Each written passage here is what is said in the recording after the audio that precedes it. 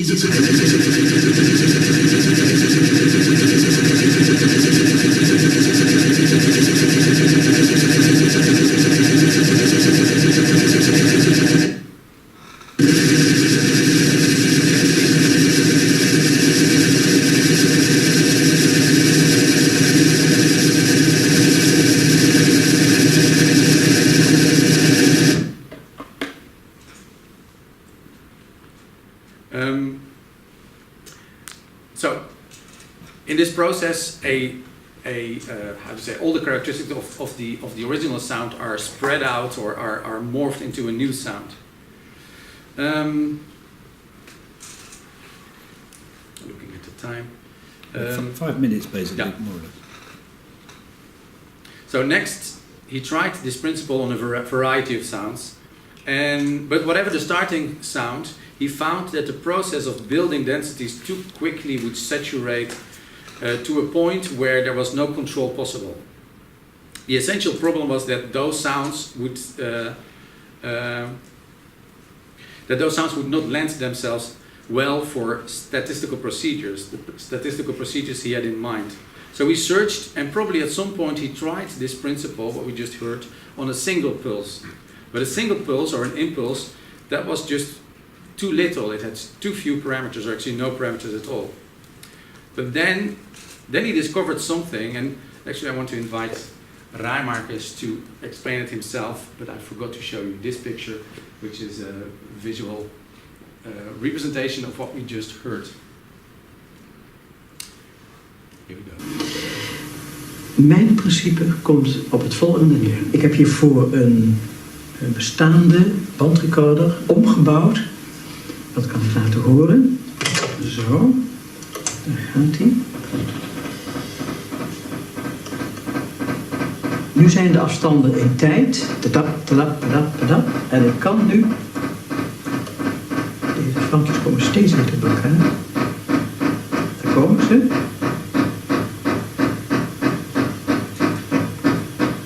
Er verschijnt een toon die nog niet is. Waar je? Gaat hij omhoog? Joep, omhoog. So with an adjusted tape recorder, it was possible to make this almost infinitely short sound character.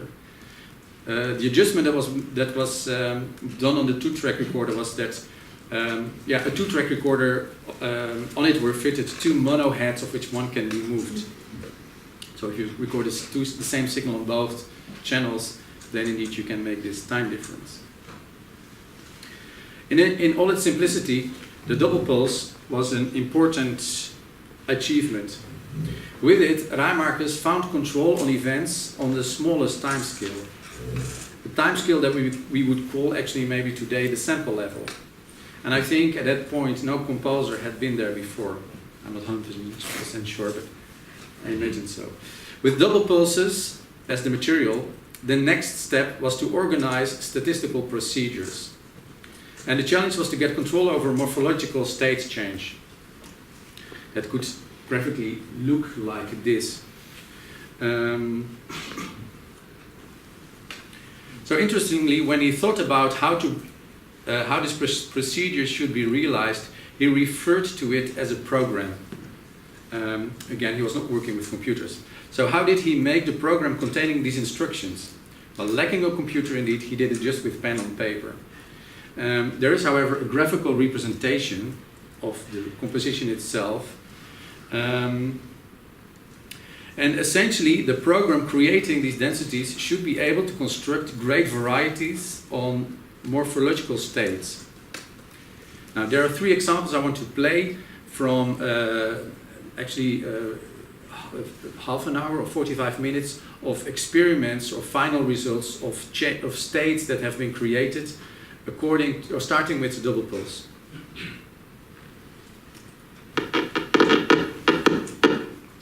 So, very short one, and we hear how it relates to what we heard in the composition.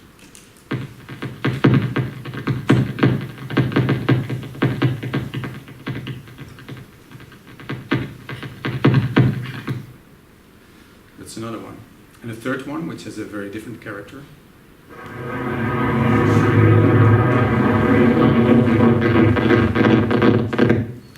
think this one appears in the composition. The program dealing with the statistical densities can be imagined to organize the triggers required to start a sound, which in itself consists actually of 2 triggers, or pulses. So interestingly, the smallest sound particle and the higher level control are essentially the same. In essence, this is what heretical sound synthesis could be about, or maybe is about. Defining a compositional idea at the sample level and removing the arbitrary distinction between waveform generators and their control. So the heretical nature of the work became clear to Rijmakers in a painful manner. His colleagues had hard times to accept this composition, and some friends even made fun of him. In the letters he sent to his friend Jaap Spek, still in Cologne, he expressed the hope to one day be able to discuss such matters, or these matters, with Stockhausen himself. But also that never happened. Eventually he abandoned the work and in a sense abandoned electronic music composition altogether and actually moved into the field of music theater. Now, since so much potential of this work remained undeveloped, as part of my research I did a few years ago, I worked on a composition and a software that incorporates some of the ideas of Canon 1 and building on them and developing them in various ways. And since indeed there's not enough time to go into that, I will just show another outcome or artifact of that research. So this is actually a pure data patch implementation of the principles of Canon 1, which can be running on an iPhone or a mobile phone.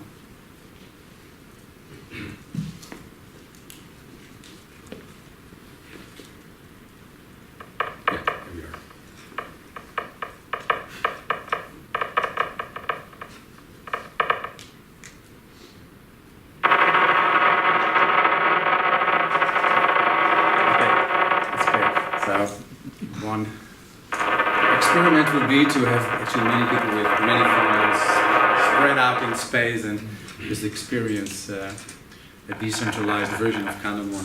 So thank you so much for your attention.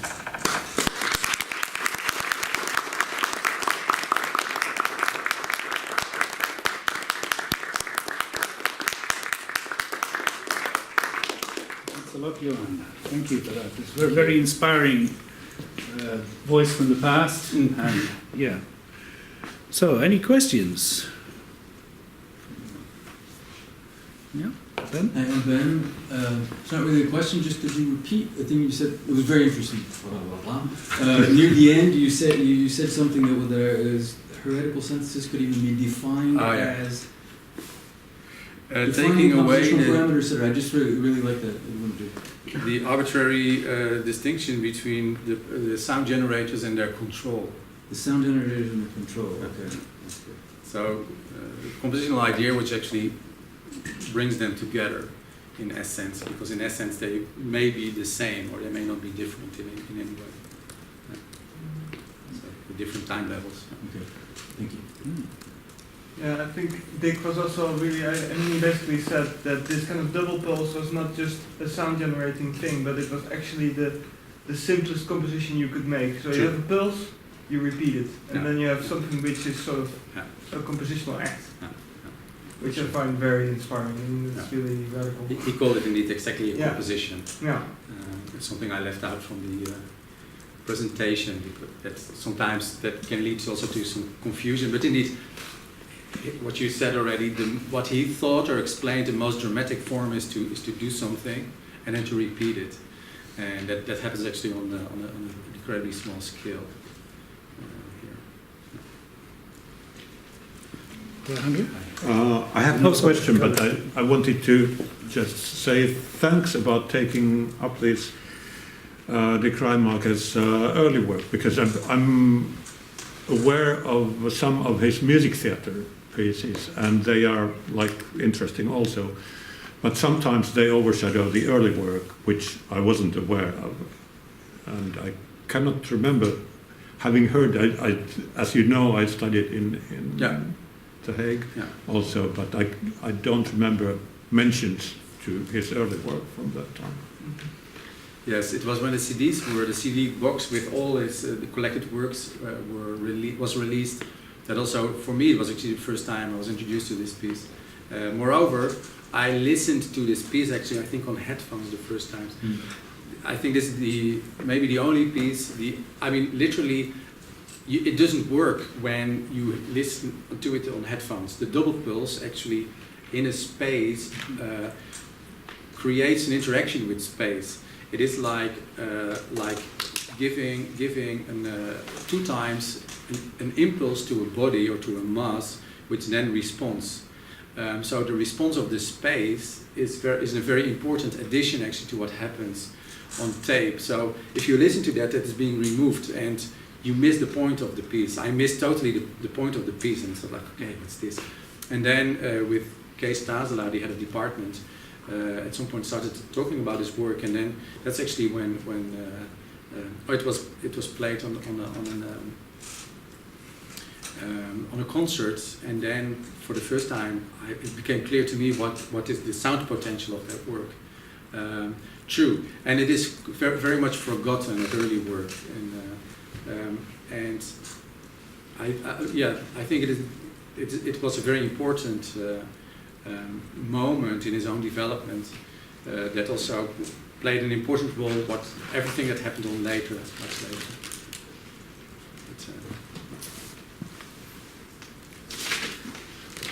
Alejandro.